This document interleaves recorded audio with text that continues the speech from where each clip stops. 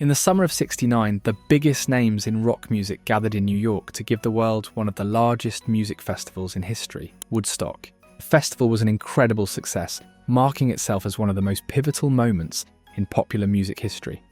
What's less known is that just a few months later, there was an attempt to recreate Woodstock's magic on the West Coast. Dubbed Woodstock West, this festival was initiated by the Rolling Stones and featured some of the biggest rock bands of the era. In just one night, it drew 300,000 people, a staggering number compared to Woodstock's 460,000 attendees over 4 days. But if Woodstock represented peace and love, this festival shattered that innocence. It quickly escalated into a chaotic affair, ultimately resulting in people dying, including a person being murdered during a live performance. Many people believe the festival never should have happened in the first place, and it's hard to argue with that, especially when you look at the warning signs that were ignored. One of the biggest red flags?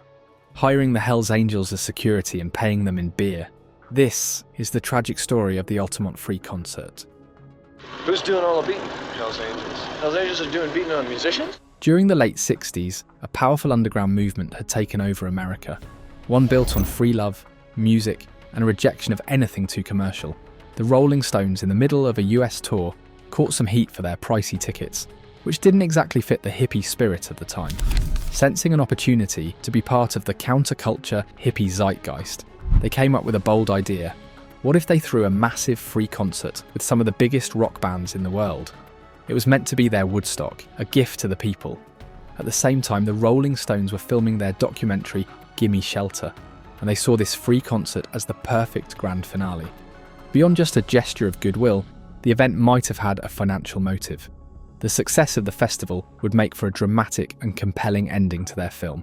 The band partnered up with the local rock all-stars, the Grateful Dead, and set out to find a venue for the event. It didn't take long for the red flags to start appearing, or maybe they already had when you team up with someone calling themselves the Grateful Dead. The concert was set to happen on December 6th. With the help of some organisers, they initially settled on San Francisco's Golden Gate Park as the venue. But that plan eventually fell apart due to tensions between the police and the Haight-Ashbury hippie community. The city and law enforcement were deemed unhelpful, forcing the organisers to scramble for a new location. This happened on December 4th. Within the same day, the venue was moved to Sears Point Raceway in Sonoma. But there was another problem. When the owners learned that the concert was going to be filmed, they wanted $100,000 up front from the Rolling Stones. For a free concert, that price tag was a deal breaker. They were back to square one, scrambling to find yet another venue. On the night of December the 4th, less than 48 hours before showtime, they finally locked in their venue, Altamont Speedway. With almost no time to prepare, they rushed to set up the stage, and not surprisingly, it was done in an unorganised way. The stage was built just a few feet off the ground, offering no real separation between the performers and the massive crowd. As the setup continued, another problem became clear. There was no central figure running the show. No one had full control over logistics, and as thousands of people began arriving, it was obvious that no one really knew who was in charge. The last-minute venue change led to a cascade of logistical issues, including the absence of essential facilities like portable toilets and medical tents. By comparison, Woodstock was planned months ahead, and despite also having to change venues, they secured their new location 4 weeks before the event. Unlike Altamont, they had a far more structured and organised planning process, which helped them avoid total chaos. All of these issues should have been reason enough to call off the concert, but one decision proved to be far worse. On the recommendation of the Grateful Dead, they decided to hire Hells Angels as security, paying them $500 worth of beer, a move that would have serious consequences. As the crowd kept growing, the logistical problems became more obvious, and over the course of the day, tensions kept rising as both the crowd and the Hells Angels became agitated and aggressive. On top of that, the chaotic setting was made even worse by heavy drug use on both sides, only adding to the tension. Legendary guitarist Carlos Santana and his band kicked off the show with a solid performance, playing songs like Savor and Evil Ways. But despite being the first act, the chaos had already begun. As soon as they finished, Santana and his band left the festival area. By the end of their set, the Hells Angels were even more drunk and aggressive. Paired with an unpredictable and agitated crowd, things quickly spiraled In an attempt to control the situation, the Angels armed themselves with sawed-off pool cues and motorcycle chains, using force to push people away from the stage. Next up were Jefferson Airplane. By the time they reached their second song, things had already gotten so out of control that lead singer Marty Balin jumped off stage to try and calm the crowd, only to get knocked unconscious by one of the Angels.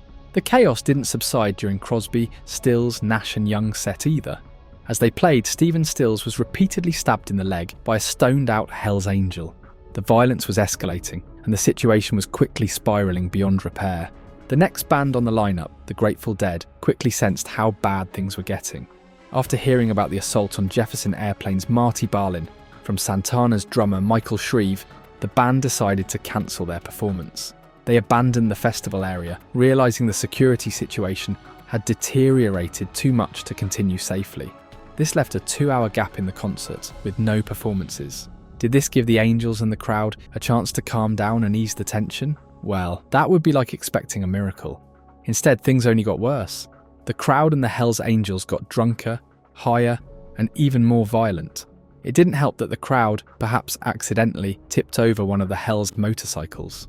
The atmosphere had turned from chaotic to downright hostile, and the scenery couldn't have been much uglier when it was time for the final act and the creators of the event, the Rolling Stones. Only seconds after getting out of the helicopter, Mick Jagger was punched in the head by one of the concert-goers. He and the band attempted to calm down the crowd without luck. With no other option, they started their set instead. 3 songs in, during Sympathy for the Devil, they were forced to stop as multiple fights erupted in front of the stage. After a brief pause, they restarted the song and continued playing, with the violence simmering but not stopping. Then came the song Under My Thumb, the moment when the chaos would reach its tragic peak. As the Rolling Stones played, 18-year-old Meredith Hunter tried to climb on stage but was quickly beaten and chased off by the Hells Angels. He pushed back through the crowd and pulled a .22 caliber revolver. Before he could fire, Hells Angel Alan Passero lunged at him, deflecting the gun and stabbing him twice, killing him on the spot. The Rolling Stones were aware of the skirmish, but couldn't see the actual stabbing, and went on playing assuming it was just another scuffle. But it quickly became apparent that something more serious had happened, and they called out for a medic. In fear of the situation turning into a full-blown riot, the band went on to finish the set. For the remainder of the concert, the violence and chaos subsided, making the first moment of declining chaos. At last the concert was finally over, but the tragedies weren't. In the chaotic aftermath of the festival, as thousands struggled to leave, 3 more lives were lost, 2 in a hit-and-run accident, and 1 from drowning in an irrigation canal. On top of that, there were numerous injuries, extensive property damage, and stolen cars. The Altamont Free Concert went down in history as rock and roll's darkest day. In the years that followed, the concert came to symbolise the end of the hippie era, and with it, the close of the 1960s as a whole. An age defined by ideals of peace, love and freedom met a sudden and tragic demise amidst the chaos and violence of Altamont.